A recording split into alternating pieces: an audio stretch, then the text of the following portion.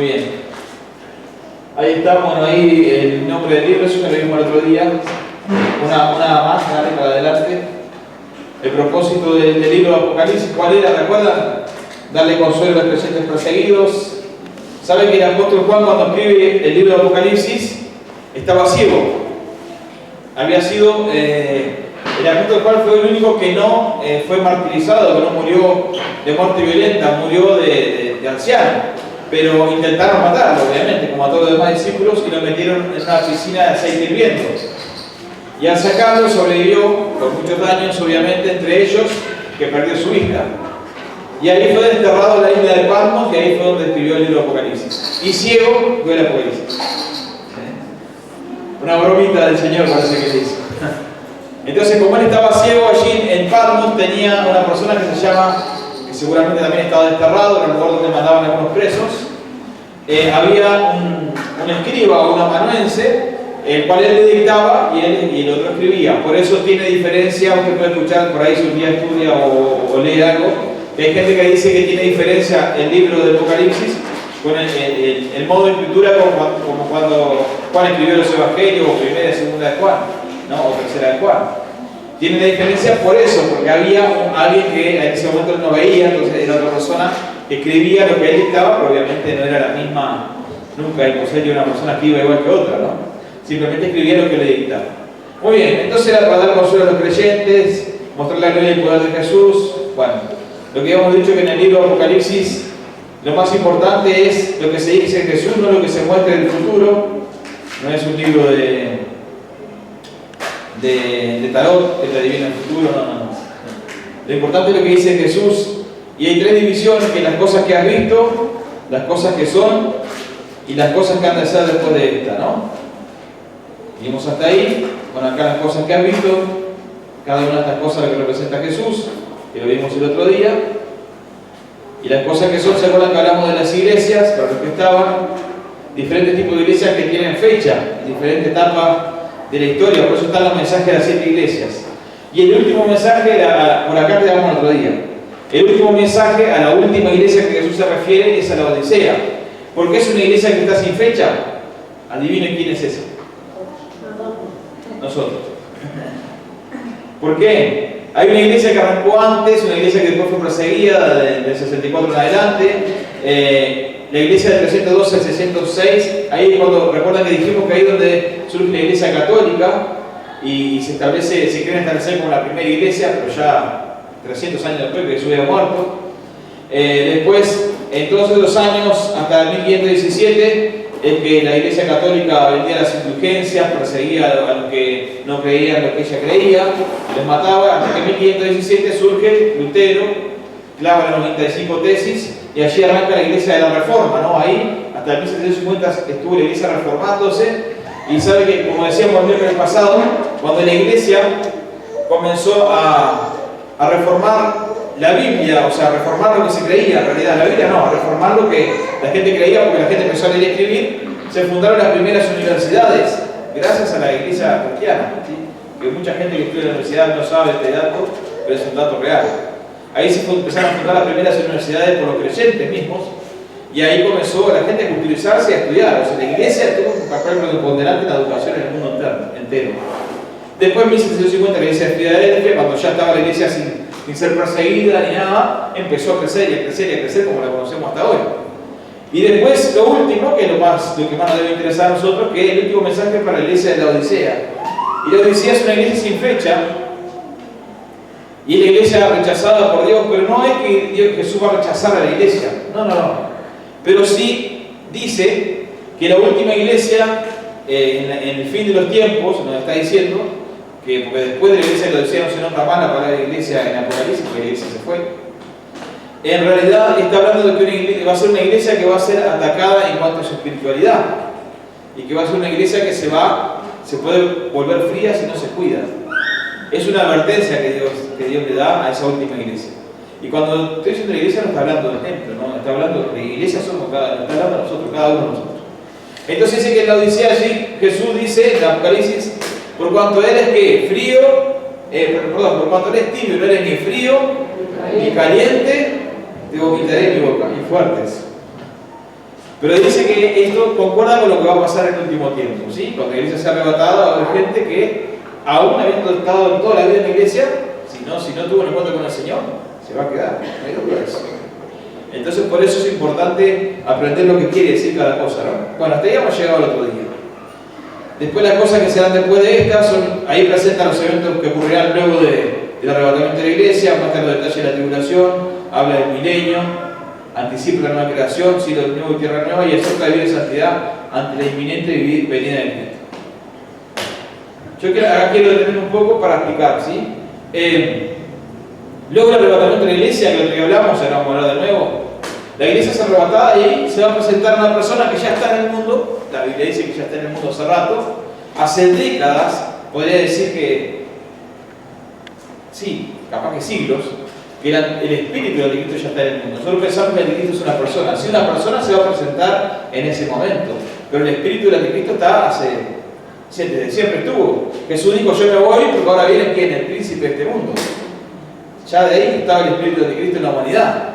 Y cada vez va rumbo a lo que va a ser, ¿no? A lo último que va a ocurrir. Entonces, cuando la iglesia es arrebatada, bueno, ahí sí aparece un personaje. Nosotros, si observamos, nos vamos a dar cuenta que todo apunta en el mundo a tener un único gobierno, una única moneda, un único representante. Ya lo dicen abiertamente, ¿sí? Ya ni siquiera se esconden. Entonces, en un momento va a aparecer alguien que va a ser la cara visible de todo un sistema que hay detrás, ¿no? Entonces ahí va a aparecer el famoso anticristo, aunque en realidad el espíritu del Cristo ya está trabajando, ¿no? Entonces, después muestra los detalles de la tribulación, lo que va a pasar en la tribulación, que va a ser terrible. Habla del milenio. El milenio, ¿alguien sabe lo que escuchó hablar alguna vez lo que es el milenio? ¿Tiene una pregunta de esto? O lo explicamos por arriba. Son 1000 años, obviamente, como dice milenio. Pero ¿qué pasa? La iglesia es arrebatada, ¿verdad? Entonces hay 7 años, que ahora vamos a ver eso también, en los cuales la iglesia es arrebatada y la iglesia está en lo que se llama la boda del Cordero. ¿Sí? Lo hablamos el otro día con la... Bueno, en esos 7 años, aquí abajo en la tierra, que va a estar la famosa tribulación, ¿no? Va a haber todo tipo de cosas, nada que ver con lo que estamos viendo hoy en día, con las cosas que podemos llegar a vivir hoy en día, no tiene ni por asomo lo más cerca, ¿no? Lo que estamos viendo hoy en día son principios de dolores, por eso imagínense lo que va a ser ese tiempo. Va a pasar de todo en el mundo. Entonces, y en esos 7 años, en la famosa tribulación, pero después de los 7 años, otra vez los ejércitos se reúnen, los ejércitos del mundo entero, para destruir a Israel. Lo van a intentar hacer varias veces. De hecho, hablamos que esta guerra está justamente direccionada a eso.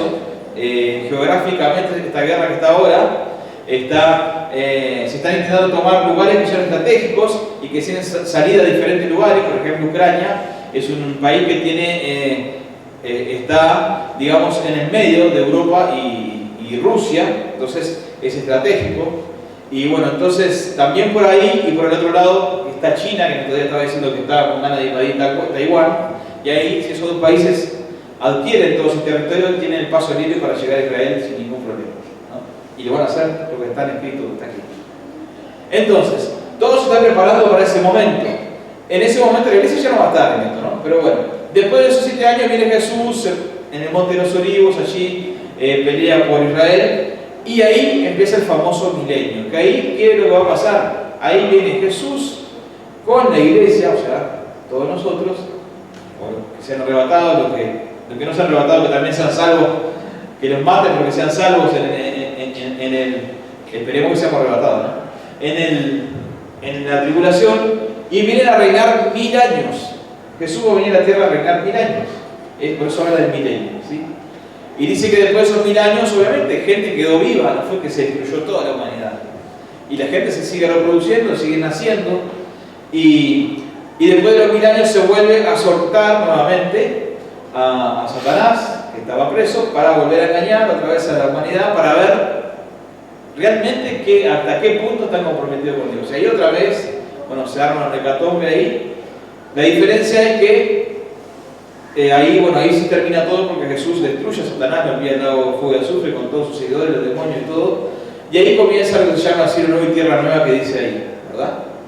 La tierra va a ser, digamos, ¿cómo decirle?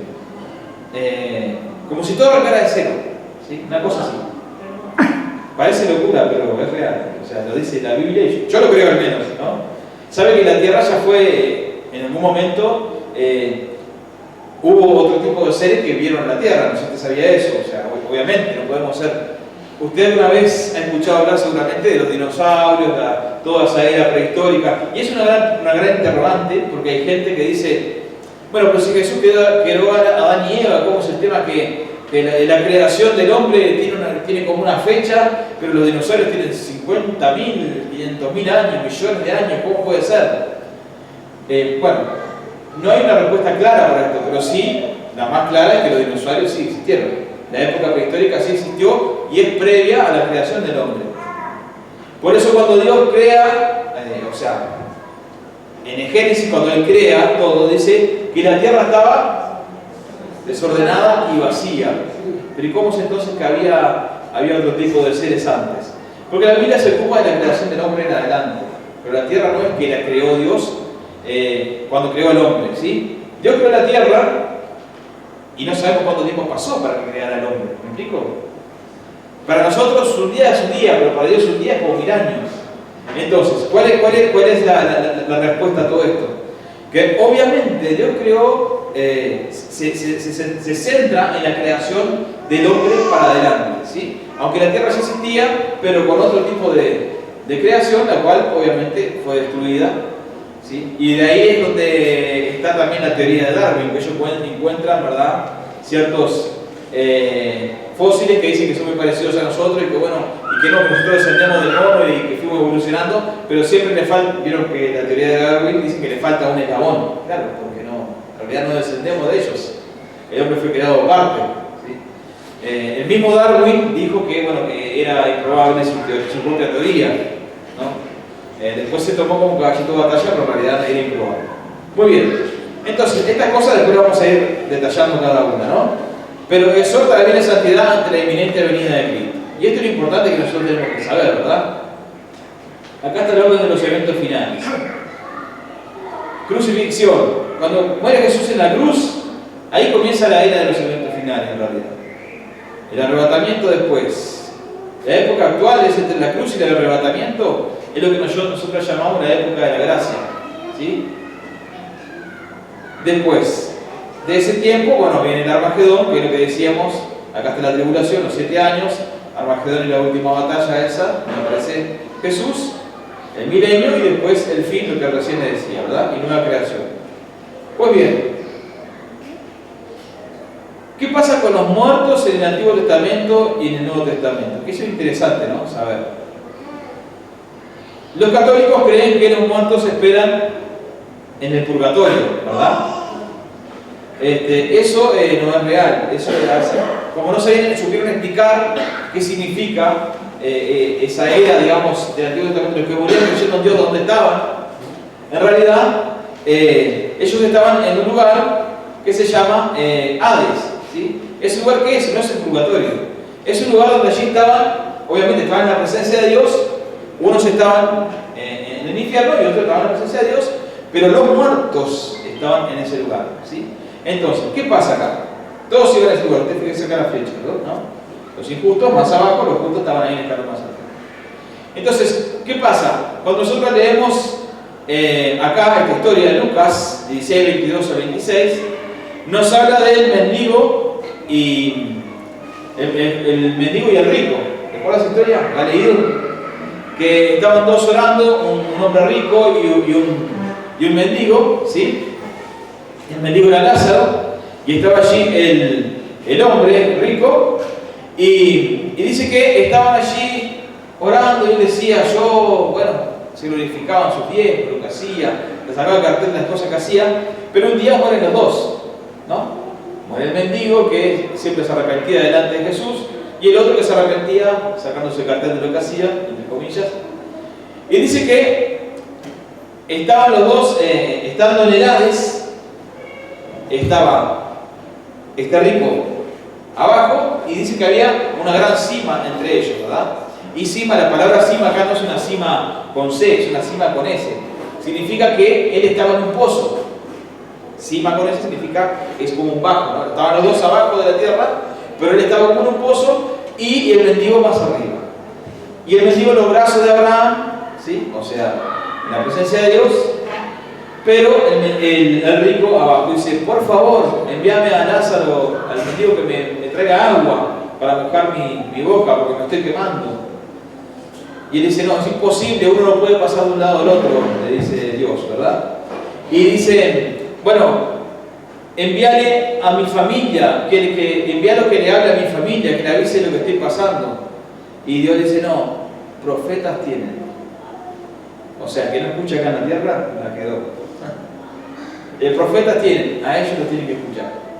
Entonces, esto que nos muestra que antes de la resurrección de Jesús, de la muerte de Jesús, ese era digamos, el parámetro que se manejaba, los que estaban salvos y los que estaban condenados.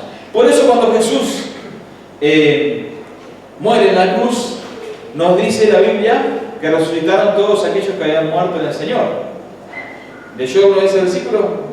Uno de los eventos sobrenaturales que se da cuando Jesús muere en la cruz es que dice que salen personas de sus tumbas y empiezan a pasearse por Jerusalén. ¿Quiénes eran los que salen? Los que eran creyentes en Jesús, en Dios, en otra época, antes de que viniera Jesús. ¿Me explico? Entonces fue un gran problema para los que estaban en ese tiempo, ¿no? Un gran susto.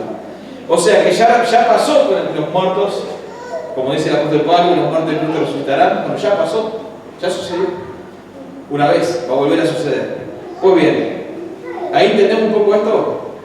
¿Sí? Bueno, después dice que, Lucas acá dice: acuérdate de mí cuando vengas a tu reino. Entonces Jesús le dijo: de cierto que te daré mi reino, hablando del ladrón.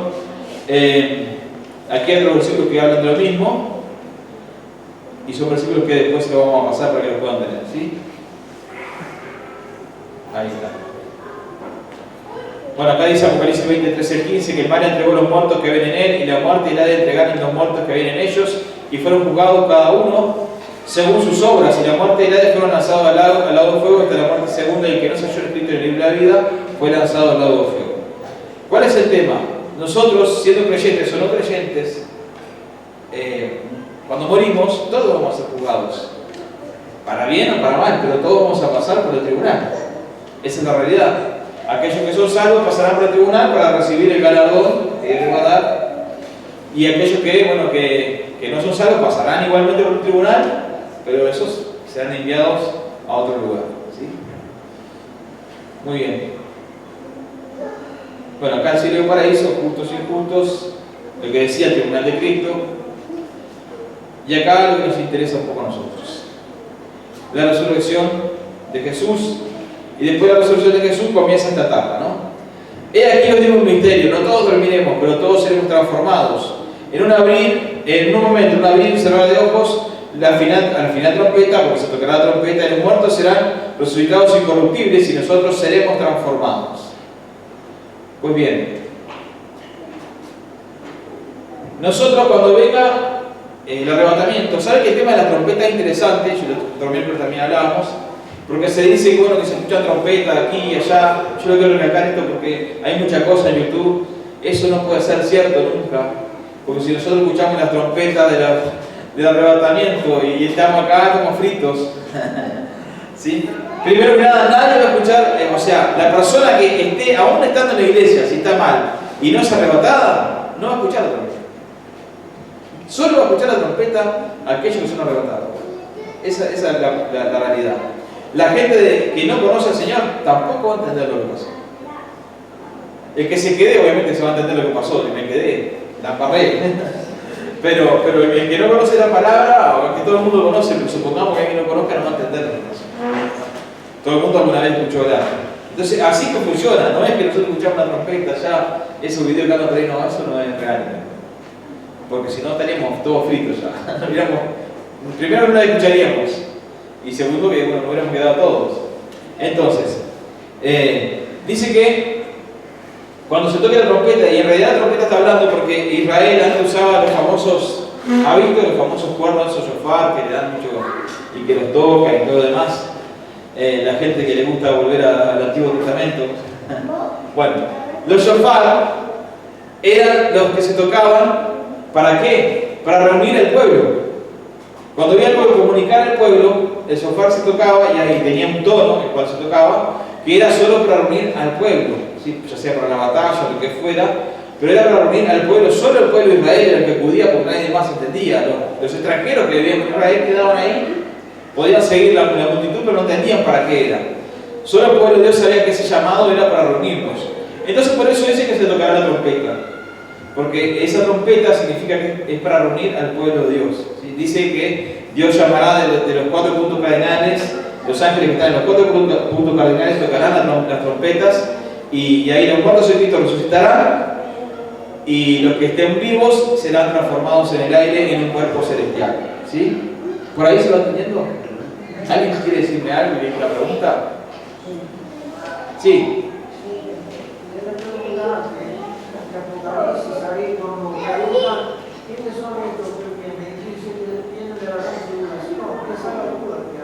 Bueno, esos que vienen de la gran tribulación son los que justamente se quedaron, pero que tuvieron la fuerza para ser salvos. Claro.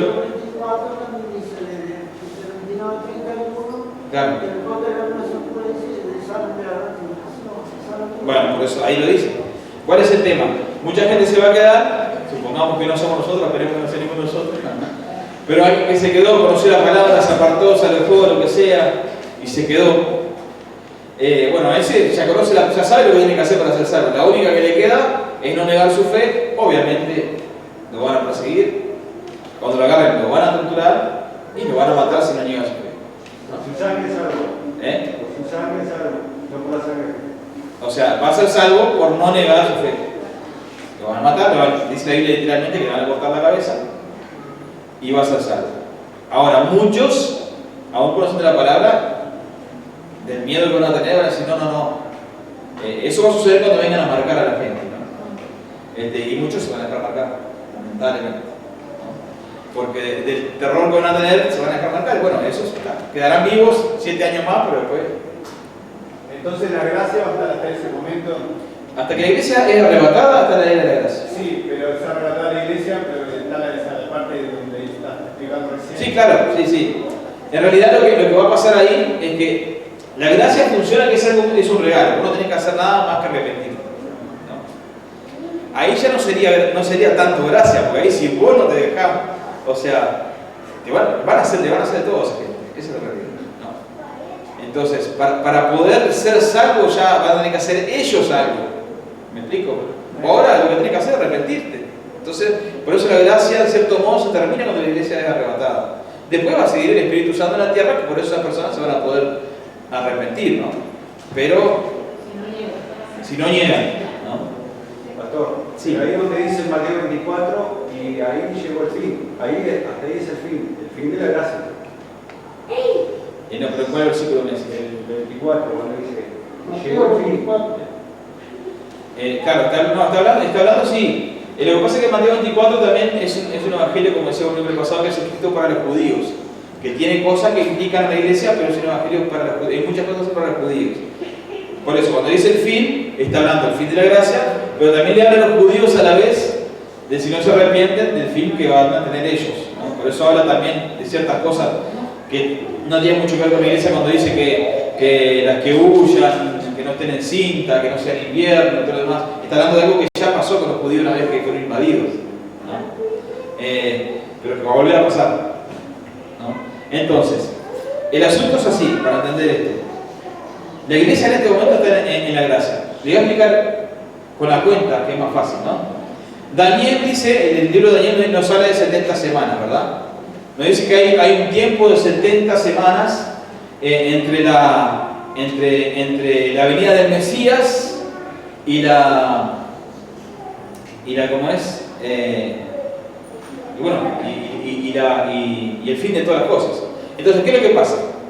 Esas 70 semanas del momento que Daniel da esa profecía, no son 70 semanas de días, son de años, ¿sí? Cuando dice semanas, está hablando de son siete elementos, pero no necesariamente son días, son años. Entonces son 70 semanas de 7 años. Cuando uno saca la cuenta que está más adelante, por acá la vamos a buscar. 493 años. Claro, ahí va. Esa cuenta te da justo al año en el cual muere Jesús. ¿Me explico? Te da justo que 69 semanas. ahí arranca todo de nuevo, ¿no? Cuando viene Jesús, te da la cuenta de las 69 semanas. Entonces falta una semana de 7 años sin cumplir. Desde que Jesús vino a la tierra no pasaron 7 años, ¿no? Pasaron, estamos en el 2000 y pico. Entonces, ¿qué es lo que pasa? Hay un reloj profético que se detiene cuando Jesús aparece, se detiene todo lo que venía sucediendo y ahí arranca lo que le llamamos la era de la gracia. Entonces, cuando la iglesia es arrebatada, ahí el reloj comienza a correr y se cumplen los otros 7 años, que son los 7 años de la tribulación. ¿Me explico? Y después de las 70 semanas de que se cumplen todos esos años, es que ahí Israel va a ser, bueno, la van a intentar destruir, que Dios la va a defender, ¿no? Aún así los judíos van a sufrir muchas cosas, ya han sufrido en el mundo muchas cosas, ¿no? ¿Por qué? Porque todo esto para que también ellos tienen que arrepentir. O sea, tengamos en cuenta que dice el apóstol Pablo que nosotros, como yo decía en una de las prédicas, la iglesia es el injerto que se puso en juego, porque los judíos rechazaron a Jesús, ¿no? Y por eso Jesús, o sea, tenía propósito para levantar la iglesia. Pero los judíos al rechazar a Jesús, ellos tienen ahora también lo mismo que arrepentirse, y muchos se van a convertir en la gran tribulación justamente. Por eso hablábamos la otra vez que en Apocalipsis 11 aparecen dos personajes que son, lo vuelvo a nombrar para los que no estaban, que son personajes importantes en la vida de Israel, que son Moisés y Elías. Porque para ellos Moisés y Elías son personas a las cuales ellos escuchan, son sus personajes importantes en su historia. Entonces aparecen estos dos personajes en Apocalipsis 11, que uno se lleva el fuego del cielo y el otro convierte el agua en sangre. O sea, son Moisés y Elías, no hay dudas. Y ahí les predican, y ellos aún así no les creen, hasta que los matan y después ellos resucitan adelante de todos, y ahí, bueno, ahí se entran a convertir supuestamente los judíos sobre el final de todas las cosas. Pero bueno, para la iglesia, ¿qué es lo importante? Bueno, saber que en este tiempo está la era de la gracia. Eso como dice, qué bueno, bárbaro, estoy en la gracia. ¿Cuál es el tema más complejo en esta época? Como decíamos el domingo, como decíamos el miércoles pasado, guerras hubieron siempre, peste hubieron siempre. Hubieron muchas cosas que han pasado en la humanidad, peores tal vez que en esta época.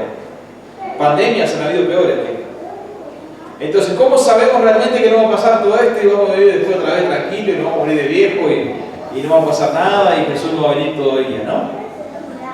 Porque hay otras señales geopolíticas que sí se están dando que nunca se dieron, y eso es lo importante.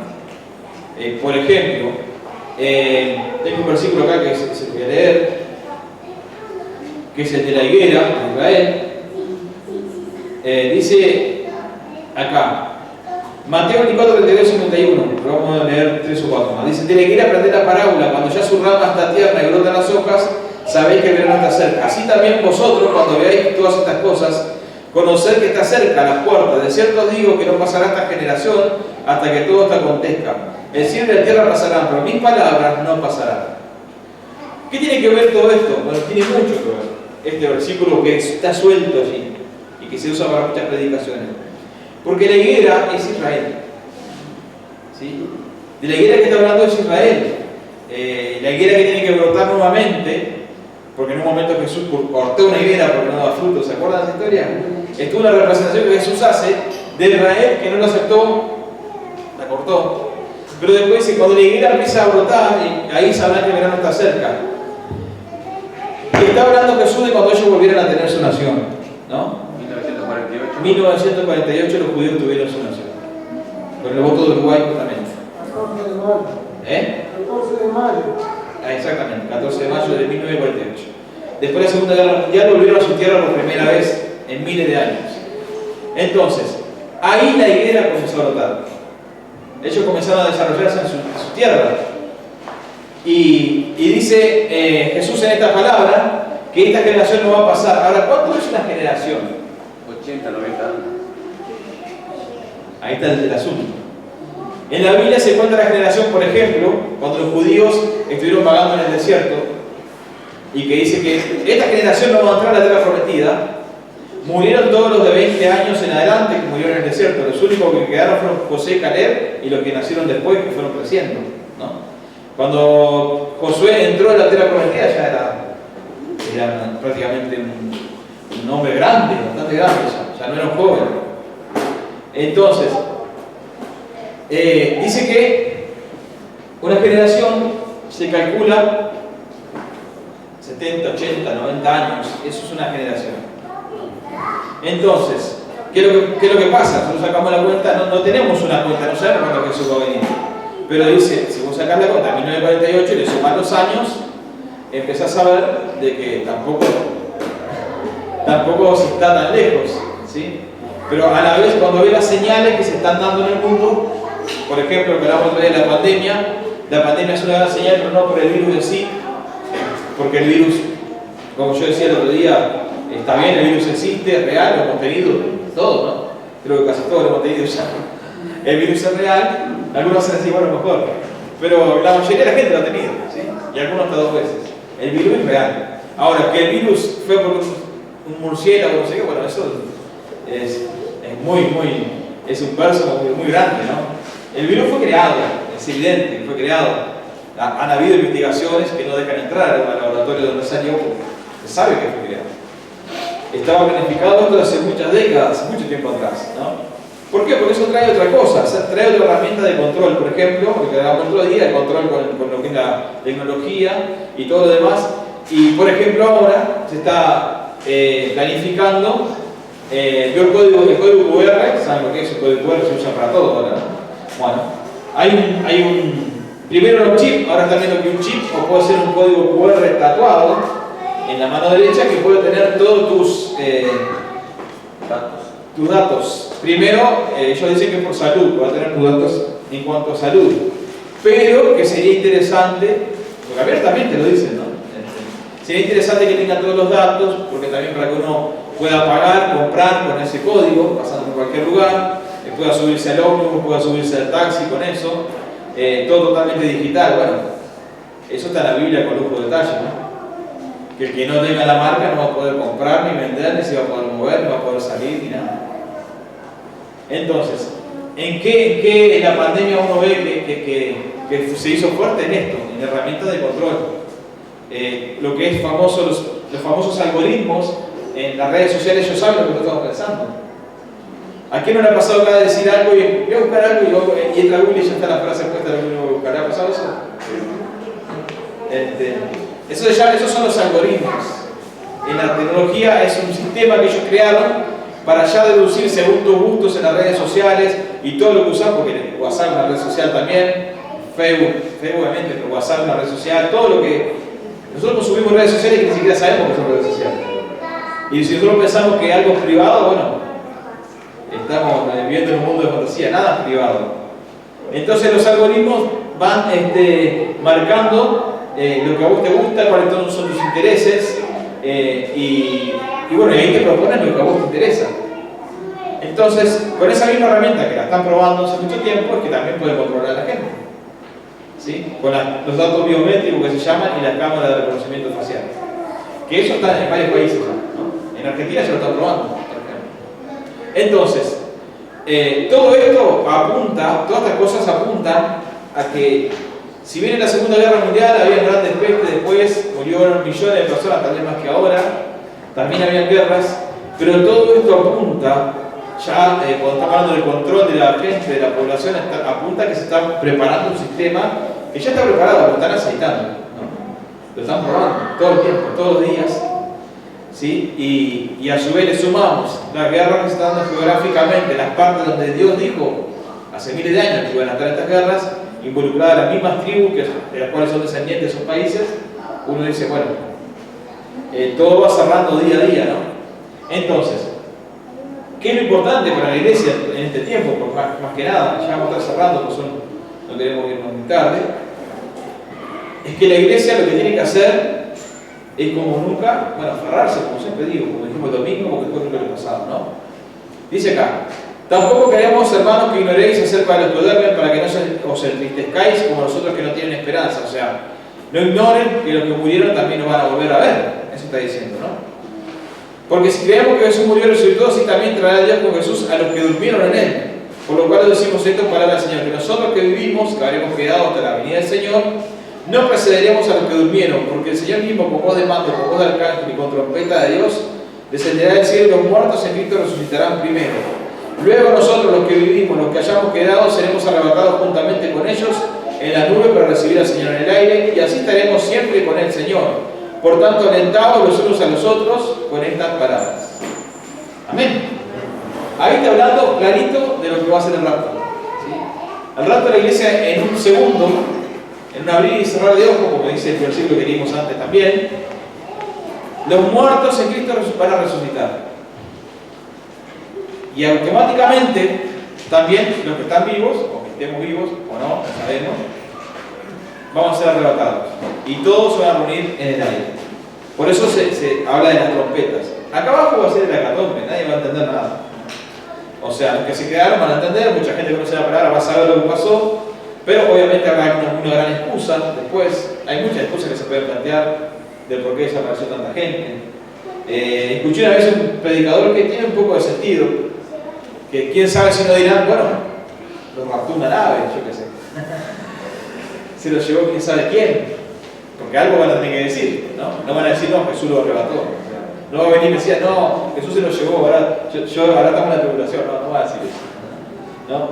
Entonces, algún engaño va a haber. Y recordemos que en ese momento, como decíamos en el libro pasado, no es el Espíritu Santo el que se va de la tierra, es la iglesia la que se va de la tierra, ¿no? El Espíritu Santo queda acá porque después hay gente que, como decía Gastón, hay gente que se va a arrepentir, que bueno, el Espíritu Santo va a seguir. El asunto ¿cuál es? Que ahí va a tener carta libre. Y imagínense si el diablo nos engaña todo el tiempo en esta época. Imagínense en esa época que dice que el anticristo va a tener poder de engañar aún a los escogidos, a todo el mundo lo va a poder engañar fácilmente con sus palabras. O sea, estamos hablando de una persuasión espiritual y emocional nunca antes vista.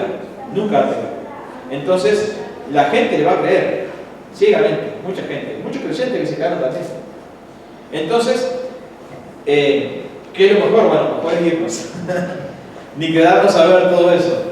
Pero lo importante es que, bueno, cerrando un poco es esto, ¿no? Que la iglesia tiene que estar alerta en este tiempo en cuanto a esto. La iglesia lo que debe hacer es predicar, preocuparse por afirmarse. Todos nosotros en algún momento vamos a pasar por un trono, como dijimos, por un juicio. Acá estoy buscando por donde quedamos. No sé si se entiende lo que es el orden de las cosas. ¿Se entendió? ¿O no? Sí. Ah, qué susto, no se asusten, no es para asustarse. Al contrario, alentados los unos a los otros con estas palabras. Bueno, ahí, dale uno más, Valeria. Un poquito más adelante, quiero ver esto y ya terminamos. Dale para adelante. No. Vale. Te pasaste, me parece. Dale para atrás. Dale para atrás. Eso. Bueno.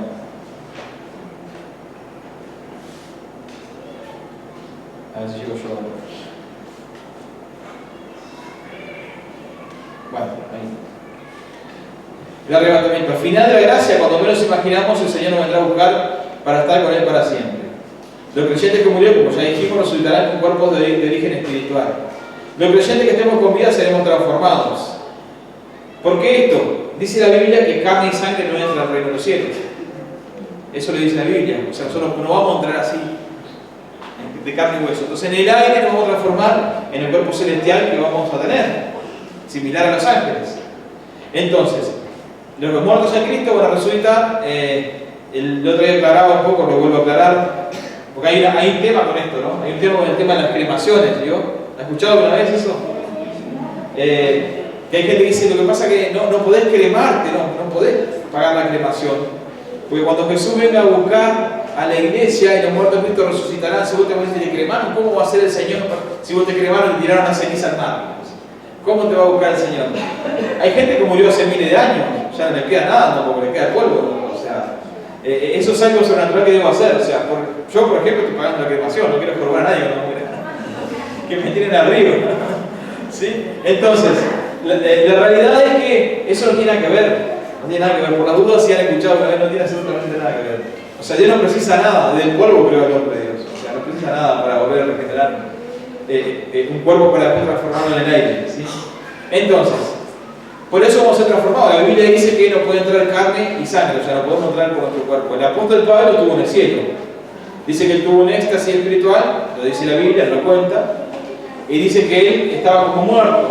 Claro, en realidad Dios lo que llevó fue su espíritu, no lo llevó al apóstol Pablo físicamente. Por eso dice que él se sentía como muerto, como que no estaba en el cuerpo. ¿Sí? Él dice, yo no estaba en el cuerpo, me veía y no estaba en el cuerpo. Parece una película de Steven Spielberg, pero sí, vio que esa película que muestra eso ya pasó antes. Lo sacaron de la Biblia, ¿no? Entonces el apóstol Pablo fue llevado en el espíritu y le mostró el cielo. Entonces, porque no puede entrar carne y sangre al cielo. Por eso nosotros vamos a ser transformados. Los incrédulos quedarán en la tierra y este será el inicio de la tribulación en la tierra. Bueno, y ahí están los versículos que leímos recién. Sobre el arrebatamiento, y dice acá Apocalipsis 3:10: por cuanto aguardaba la palabra de impaciencia, yo también te guardaré de la hora de la prueba que ha de venir sobre el mundo entero, para probar a los que moran sobre la tierra. Acá dice, te voy a leer este último y ya terminamos. Nadie os engañe en ninguna manera, porque no vendrá sin que antes venga la apostasía y se manifieste el hombre del pecado, el hijo de perdición, el cual se opone y se levanta contra todo lo que se llama Dios o es objeto de culto, tanto que se sienta en el templo de Dios como Dios, haciéndose pasar por Dios. ¿No os acordáis cuando yo estaba todavía con vosotros os decía esto? Y ahora vosotros sabéis lo que lo detiene, a fin de que a su debido tiempo se manifieste, porque ya está en acción el misterio de la iniquidad, solo que hay quien en el presente lo detiene hasta que él a su vez sea quitado del medio. Y este no es nada más y nada menos que la iglesia. La iglesia lo único que está deteniendo que el anticristo se haga presente. Esa es la realidad, ¿sí? Que lo dijimos también el otro día. Entonces, son cosas para tener en cuenta. El orden de los eventos es así. Murió Jesús, resucitó, se fundó la iglesia, pasó todo lo que pasó hasta ahora. Ahora, en esta época, estamos aún en la gracia. ¿Hasta cuándo? No sabemos. Porque tampoco es como si no, lo que pasa es que no, todavía falta. No, hoy en día, como yo decía el otro día, no quedan señales para cumplirse. No hay cosas que digamos, no, se tiene que cumplir tal cosa. Uno se pone a mirar y el Evangelio ya llegó a todos los rincones del mundo. Ya no hay lugares que no se haya predicado el Evangelio prácticamente, que era una de las señales también. La Biblia se ha traducido a cientos de idiomas. Ya no hay algo que digamos, no falta cumplirse esto. El buen lector se da cuenta que ya no falta nada. Entonces, puede tardar quién sabe cuánto, pero no sabemos el día de la hora, como puede venir mañana, Señor. Entonces, la iglesia lo que debe estar haciendo ahora es velando, predicando.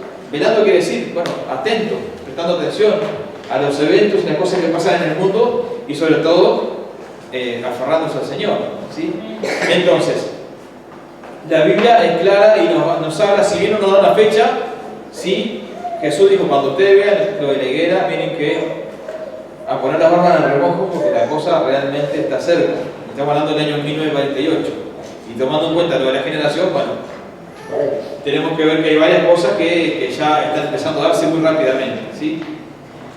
Para tener una idea, en el 2030 ya se manejan fechas que en el 2030 quieren tener un único gobierno mundial, lo dicen ya, ¿no? El nuevo orden mundial dice que ellos en el 2030 tienen que ya tener instaurado un único gobernante y una única moneda y una única manera de manejarse todas las personas del mundo. O sea que la iglesia se va antes de eso. Una única religión. Y una única religión. Que eso ya lo están gestando, ¿no? El famoso Islam que se llaman los católicos ahora con los eso ya están construyendo su templo. Los católicos unidos con los musulmanes y con las religiones hindúes también. Eso se llama, Con los masones también. Sí, los masones también. Los masones son los que están atrás de todo. Pero lo que quiero decir es que esa religión ya se está gestando. ¿Sí? Claro. Como que no tiene la cosa, 8 años.